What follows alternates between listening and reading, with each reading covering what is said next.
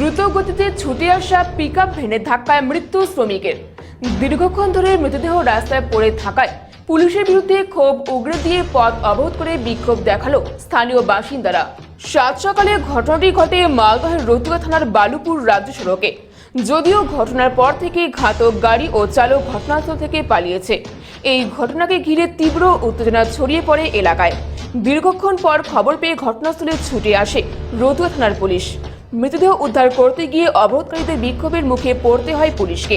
শেষমেশ স্থানীয়দের সহযোগিতায় পুলিশ মৃতদেহ উদ্ধার করে পোস্টমর্টমের জন্য মালদা মেডিকেল কলেজ ও হাসপাতালে পাঠায়।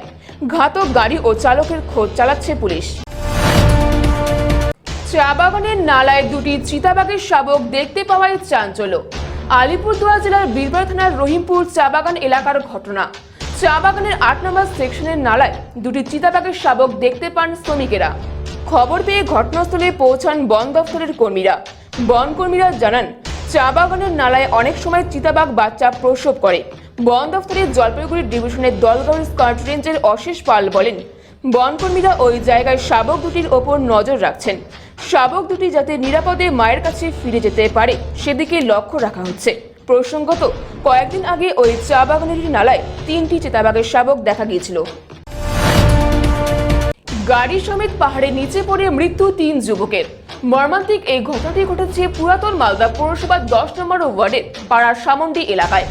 জানা গিয়েছে ওই 3 যুবক ঝাড়খণ্ডের পাহাড় থেকে গাড়ি সমেত নিচে পড়ে যায়। এদিকে মর্মান্তিক এই ঘটনায় গোটা মঙ্গলবাড়ি এলাকায় শোকের ছায়া নেমে এসেছে। এলাকার স্থানীয় সূত্রে জানা গিয়েছে, মৃত ওই 3 যুবকের বয়স 18 থেকে 22 বছরের মধ্যে।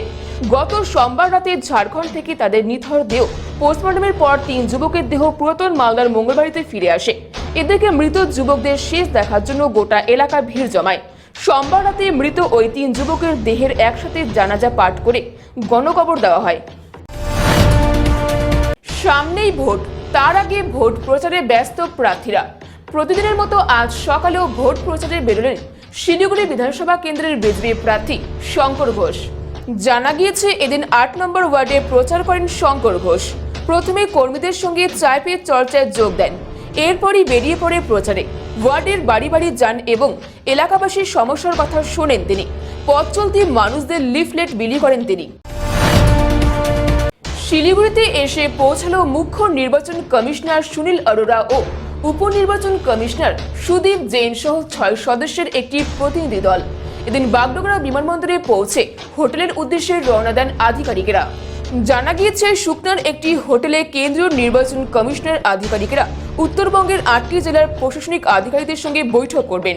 উল্লেখ্য, সোমবার রাজ্যের মুখ্য নির্বাচনী অফিসার আরিফ আফতাব সহ 13 সদস্যের একটি দল শিলিগুড়িতে পৌঁছায়।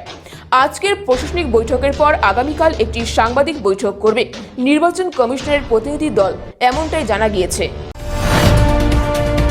সাত সকালে প্রাতঃভ্রমণে বেরিয়ে পর্যটনমন্ত্রী গৌতম দেবের ওয়ার্ডে নির্বাচনী প্রচার সারলেন শিলিগুড়ি বিধানসভার সংযুক্ত মোর্চার বামফ্রন্ট প্রার্থী অশোক ভট্টাচার্য।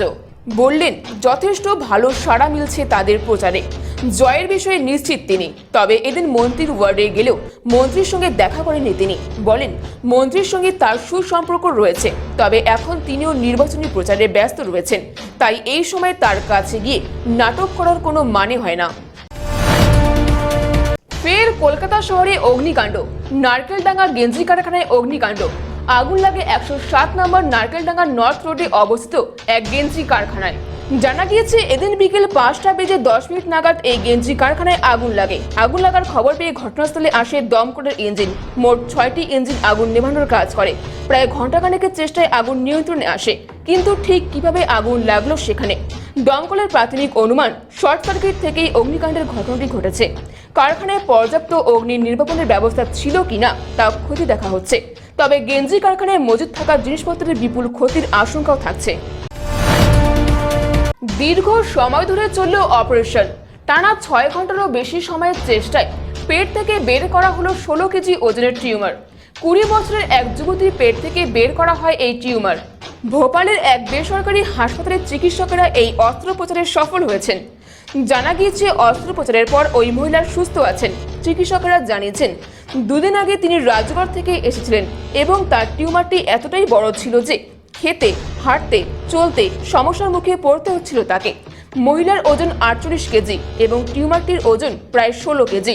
টিউমারটির সাইজ ফুটবলের থেকেও বিরাট আকার। স্টেডিয়াম ভর্তি দর্শক, চলছিল কবাডি চ্যাম্পিয়নশিপ। এমনই সময় ঘটে গেল মর্মান্তিক দুর্ঘটনা। ভেঙে পড়ল স্ট্যান্ড। দুর্ঘটনার জেরে আহত হয়েছেন কমপক্ষে 100 জন দর্শক। ঘটনাটি ঘটেছে তেলেঙ্গানার সূর্যাপেটে। জানা গিয়েছে তেলেঙ্গানার সূর্যাপেটে এসপি অফিস গ্রাউন্ডে 47তম জুনিয়র ন্যাশনাল কবাডি চ্যাম্পিয়নশিপের আয়োজন করা হয়েছিল।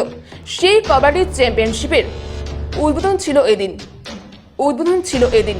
সেই উপলক্ষে এদিন বিশাল সংখ্যক দর্শক অফিস গ্রাউন্ডে উপস্থিত হয়েছিলেন। এমনই সময় হঠাৎ ভেঙে পড়ে স্ট্যান্ড, যার জেরে ঘটে যায় দুর্ঘটনা।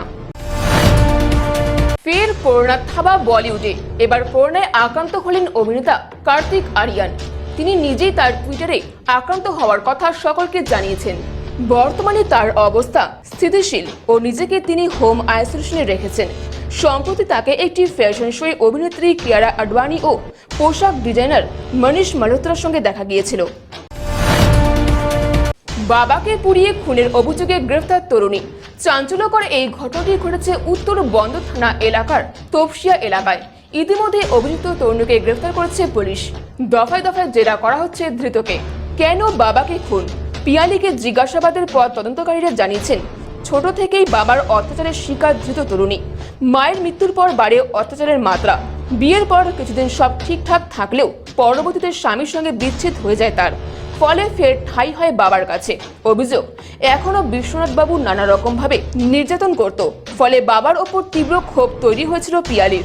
সেই কারণেই বাবাকে খুনের ছক।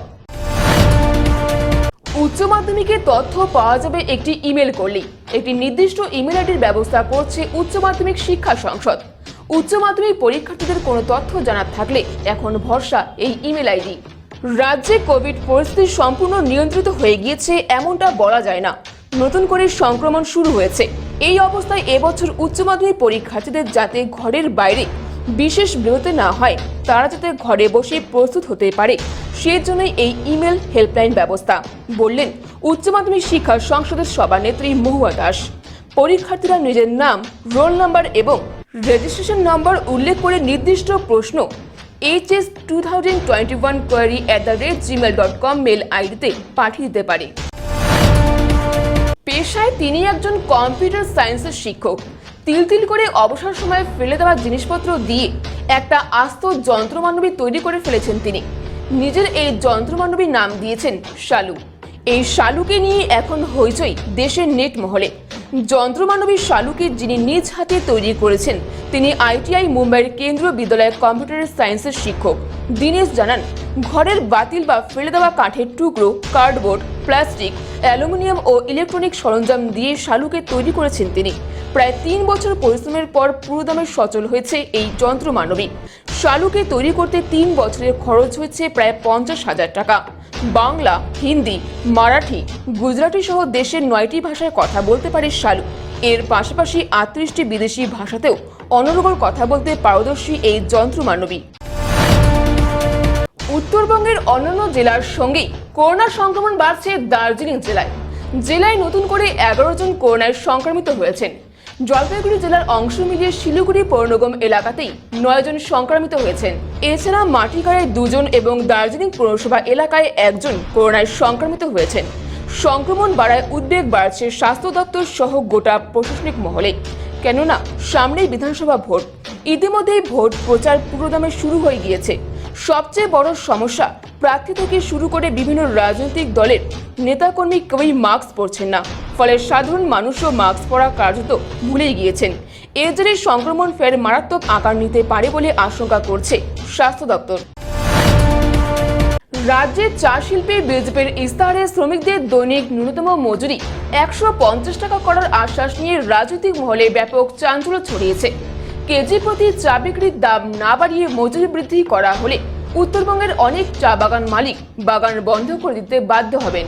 এই আশঙ্কা খোদ রাজ্যের টি ডিরেক্টরের ভাইস চেয়ারম্যান তথা তৃণমূল নেতার সভাপতি কৃষ্ণ কল্যাণীর। রাজ্য সরকারের ন্যূনতম মজুরি বিষয়ক উপদেষ্টা কমিটির সদস্য NUPWর রাজ্য সাধারণ সম্পাদক মণি কুমার দার্নাল অবশ্য জানিয়েছেন, চা বাগানের ন্যূনতম মজুরি কার্যকর করার সম্পূর্ণ এখতিয়ার রাজ্য সরকারের।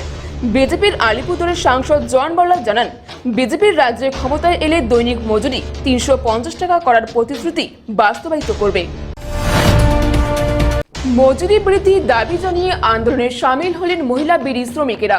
তাদের অভিযোগ, এখন হাজারে 140 টাকা করে দেওয়া হলেও আগে 144 টাকা করে পেতেন। শ্রমিকরা দাবি জানিয়েছেন, সরকারিভাবে 154 টাকার দর রয়েছে, ফলে অবিলম্বে তাদের টাকা বাড়াতে হবে। পাশাপাশি ক্ষোভ প্রকাশ করে জানান, বিড়ির কারখানা থেকে তাদের খারাপ পাতা ও ওজনে কম তামাক পাতা দেয়, কিন্তু তা দিয়ে 1000 বিড়ি তৈরি হতো না। ওই কারখানা থেকে টাকা নিয়ে পাতা ও তামাক কিনতে হতো। ভালো বিড়ি তৈরি করতে 1000-এর জন্য 550 গ্রাম তামাক পাতা লাগে, কিন্তু সেই জায়গায় 500 গ্রাম দেওয়া হয়। পাশাপাশি 4 বছর ধরে মজুরি কম দেওয়া হচ্ছে। তা নিয়ে ক্ষোভ প্রকাশ করে আন্দোলনে নামেন শ্রমিকেরা। বিশ্ব জল দিবসে পরিশুদ্ধ জল সম্পদগুলি পরিচালনার জন্য একটি সুদূরপ্রসারী পরিকল্পনা গ্রহণ করতে প্রতি বছর 22শে মার্চ বিশ্ব জল দিবস হিসেবে পালিত হয়। রায়গঞ্জ শহরের ওপর দিয়ে বয়ে যাওয়া কুলিকে ভেসে বেড়াচ্ছে নোংরা আবর্জনা, ফলে দূষণ ছড়িয়েছে নদী ও নদীর সংলগ্ন এলাকায়। নদীর নোংরা আবর্জনার মধ্যে এলাকার বাসিন্দারা স্নান সহ অন্যান্য দৈনন্দিন কাজকর্ম সারছেন। নদীতে পড়ে রয়েছে মরা পশু পাখি, বিসর্জন দেওয়া প্রতিমা, দোকান ও বাড়ির নোংরা আবর্জনা। নদীর এক পাড়ের কাঞ্চনপল্লী বন্দর এবং অন্য পাড়ে সুভাষগঞ্জের বাসিন্দারা নদীর ওপর নির্ভরশীল। বাসিন্দাদের অভিযোগ, নজরদারির পাশাপাশি সচেতনতার অভাবে নদীতে দূষণ বেড়েই চলেছে। আগে মাঝে মধ্যে পৌরসভা নদীর ঘাট পরিষ্কার পরিচ্ছন্ন করলেও এখন আর করে না। ভোটের মুখে দল ও বিভিন্ন সরকারি পদ থেকে ইস্তফা দিলেন আলিপুরদুয়ার জেলা পরিষদের মেন্টর মোহন শর্মা।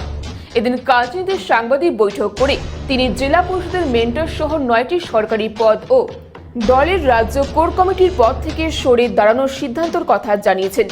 মূলত দলের জেলা সভাপতি মৃদুল গোস্বামী ও নাম না করে রাজ্য সম্পাদক ঋতুব্রত বন্দ্যোপাধ্যায়ের বিরুদ্ধে তোপ দাগেন দলের প্রাক্তন জেলা সভাপতি। দলের কালচিনি আসনের প্রার্থী পাশাং লামার প্রার্থী পদকে কেন্দ্র করে আগে থেকেই তার সঙ্গে জেলার নেতৃত্বের মতবিরোধ শুরু হয়। পাশাংকে টিকিট দিতেই তার সঙ্গে জেলার শীর্ষ নেতৃত্বের মতবিরোধ চরমে ওঠে। যদিও এই মুহূর্তে দল ছাড়ার তার পরিকল্পনা নেই বলে জানিয়েছেন মোহন শর্মা। বিজেপিকে রুখতে বাম ও কংগ্রেস জোট নিজেদের ভোট ধরে রাখুক, এমনটাই চাইছেন নাগরাকাটা তৃণমূল প্রার্থী জোসেফ মুন্ডা। রাজনীতির অঙ্কে বাম ও কংগ্রেস জোট নিজেদের ভোট ধরে রাখলেই তৃণমূল প্রার্থী জয়ের পথ প্রশস্ত হবে। এক সাংবাদিক বৈঠকে এই অবস্থানকে স্পষ্ট করেন জোসেফ মুন্ডা। এছাড়াও নাগরাকাটা বিধানসভার বিজেপি প্রার্থী সম্পর্কে তিনি জানান, যিনি খেলোয়াড় না তার সঙ্গে কিসের খেলা। রাজ্যের বিধানসভার নির্বাচন সমাগত। ডুয়ার্সের নাগরাকাটা বিধানসভা আসনে বেশ কয়েকজন প্রার্থী লড়াইয়ের ময়দানে থাকতে পারেন বলে মনে করা হচ্ছে, তবে মূল লড়াই হবে ত্রিমুখী। তবে জয়ের ব্যাপারে প্রত্যয়ী জোসেফ মুন্ডা। তিনি জানান, এই কেন্দ্রের মানুষ তাকে চেনেন, তাই জয়ের বিষয়ে 100% আশাবাদী তিনি।